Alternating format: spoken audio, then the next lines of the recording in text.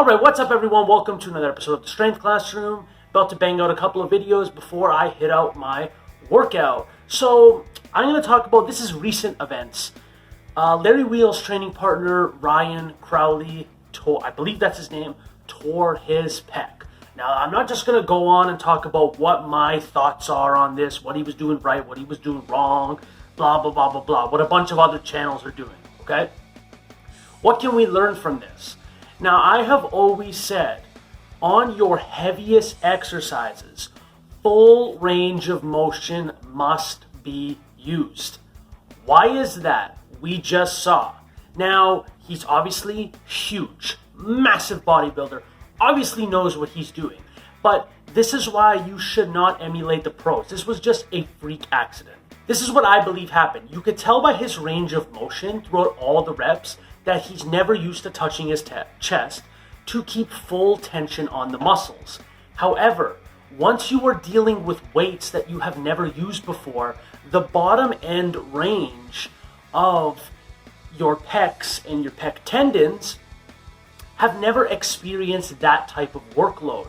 So because you cannot stabilize it to a certain point, that weight, if it drops down into that range, well, you see what happens there.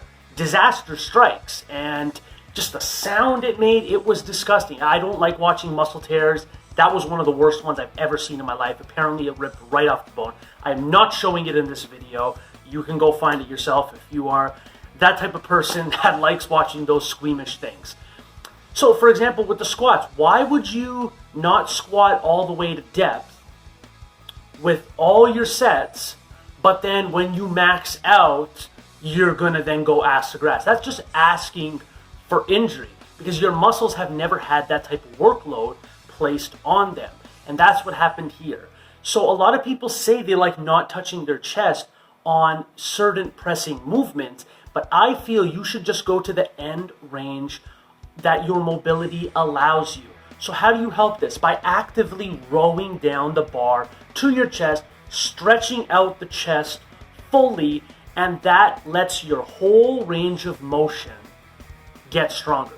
Now, this is only for your main and heaviest exercises. If then you are doing some assistance exercises with lighter weights that you are not taking through the full range of motion, that is perfectly acceptable because you are not going to be building up tendon strength from these smaller exercises because you're just not going to be using the same type of poundages that you would be using on your bigger main movements of the day. So I'm not saying everything has to be full range of motion, but your heaviest exercise does need to be full range of motion.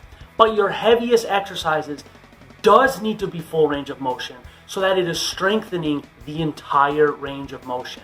I can't tell you how many people I've seen doing quarter or even half reps on dumbbell presses. And then as they come down, they lose control and tear a pec. I've seen it so many times.